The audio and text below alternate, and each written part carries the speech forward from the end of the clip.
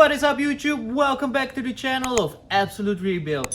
Today we're going to continue with our Seadoo Rxdi with the broken engine. We noticed with our last test drive that it's leaking water outside of the motor.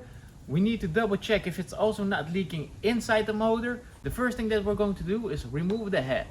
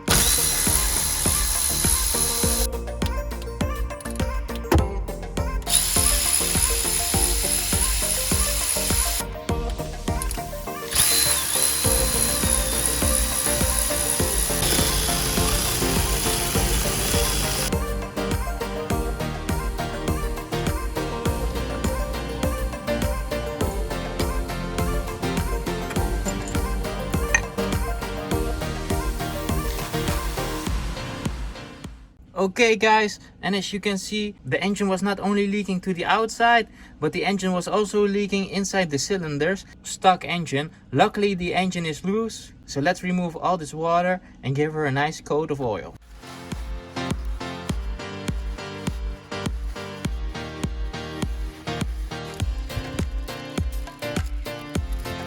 So we got the head removed from our Seadoo and we put it on a nice flat table, and then we noticed that the head is smallly curved. So what we need to do is get this to a machine shop where they sand it down to make it all nice and equal again. So it will fit perfectly on our motor and no leakage occurs anymore. So we're a couple of days down the road. We finally got our head back from the machine shop, and it took a while because this is not an easy head to put in their machines. So it took a couple of days, but finally we got the head back in. So no time to lose. Let's install this head and hopefully she will run better now and no water gets inside the cylinders.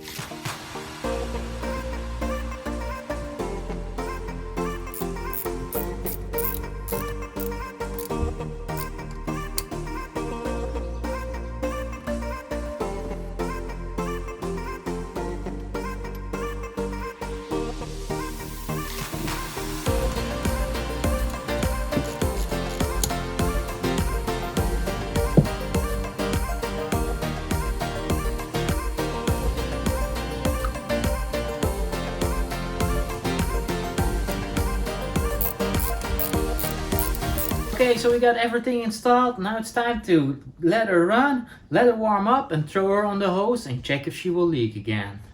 Hopefully not.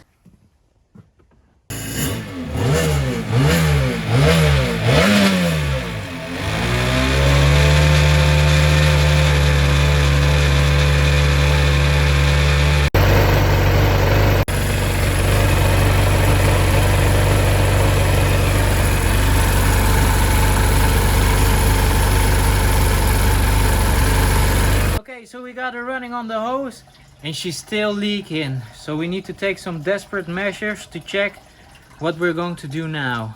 Okay, so it's the next day again, back at the Seadoo. And what do you think what happened? I thought maybe it was a good thing to just tighten the bolts a little bit. And of course, 3 bolts came loose again, so the whole thread was gone. I used this Festool machine with a 90-degree angle, and I shortened the bit a little bit so I can easily access all the holes, and then make some new thread so the helicoils can go in very easily.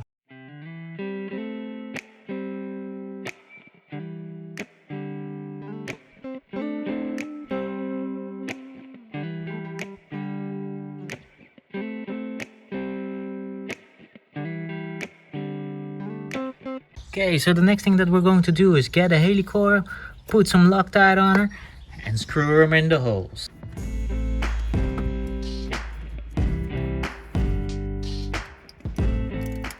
So we got the helicoils all nice back in place with a little bit of Loctite. So now it's time to throw on the head and see if she will run any better without any leakage. So we run her on the hose and everything looked absolutely fine. So we're now heading out to the lake in the evening to do a small test drive for you guys to see if everything works out.